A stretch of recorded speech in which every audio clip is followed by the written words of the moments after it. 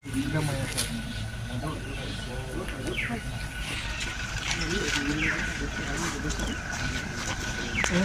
মানে কি আমাৰ মানে সেইটো এতিয়া আমাৰ 2 লাখ ঘৰ বাকী আছে। আমাৰ মানে কি অসমৰ যিটো মানে এভাৰেজ তাৰ ভিতৰত আমাৰ ডিব্ৰুগড় এভাৰেজটো ভাল। মই আশা কৰিছোঁ যে ডিব্ৰুগড় এভাৰেজটো আৰু বঢ়াব লাগিব। এইটো ব্লকে তাৰমানে কি পাৰ্চেণ্টেজটো আৰু বঢ়াব লাগিব। এতিয়া এনেকৈ 84%। আমাৰ ডিব্ৰুগড় এভাৰেজ আছে 88। ডিব্ৰুগড় যদি 90 পাবলগীয়া হয়, ইয়াতে আমাৰ প্ৰায় 1700 ঘৰ কৰিবলগীয়া আছে, বিভিন্ন ইছ্যু আছে। মই সেইকাৰণে আজি আহি পেলাই মই যিটো মন্ত্ৰীজন আহিলে বাকীবোৰ এলাৰ্ট হয়, গতিকে এনেকৈ 15 ফেব্ৰুৱাৰীৰ ভিতৰত এই ঘৰখিনি কমপ্লিট কৰা এটা ব্যক্তিগত অৰ্পণ কৰিছোঁ। আৰু তেতিয়াহ'লে কি হয়, প্ৰধানমন্ত্ৰী ডাঙৰীয়া 6 লাখ ঘৰ একেলগে যিটো উদ্বোধন কৰিব। মোৰ ইচ্ছা আছে সেই কাৰ্যসূচীটো ডিব্ৰুগড়ত কৰা যায়।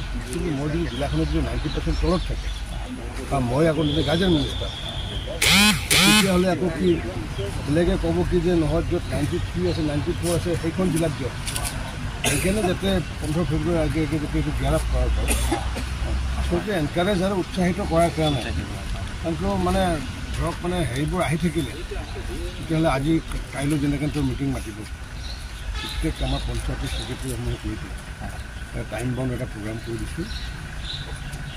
মই আশা ৰাখিছোঁ হৈ যাব লাগে, কাৰণ কনষ্ট্ৰাকশ্যন প্ৰায় অলমষ্ট কমপ্লিট, খালি 3 কাপ লগোৱা বাকী আছে বা ক'ৰবাত হয়তো লগতো লগোৱা বাকী আছে, তেনেকুৱা আছে।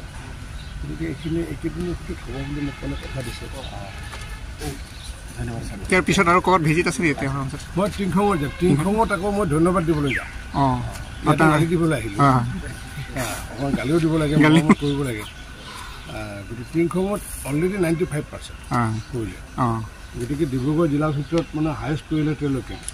গতিকে টিংখঙেতো আৰু বঢ়াব নোৱাৰে, কাৰণ বাকী যিসমূহ মানুহ আছে এতিয়া তেওঁলোকে হয়তো লেণ্ডলেছ মানুহ আছে বা ঘৰ কমপ্লিট কৰিব পৰা নাই।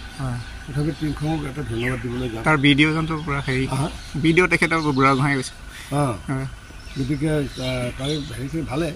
এই বাইদেউকো কৈছোঁ, মই ষ্টাফকো কৈছোঁ 15 ফেব্ৰুৱাৰীৰ ভিতৰত মই কৈছোঁ যে মোক যদি এইখিনি কৰি দিয়ে তেওঁলোকে বিচৰা মতে পষ্টিং দিয়ে, আৰু নহ'লে 15 ফেব্ৰুৱাৰীৰ পিছত মই বিচৰা মতে পষ্টিং মোৰ পষ্টিং হয় মই নাজানো, তাকে অলপ কৰি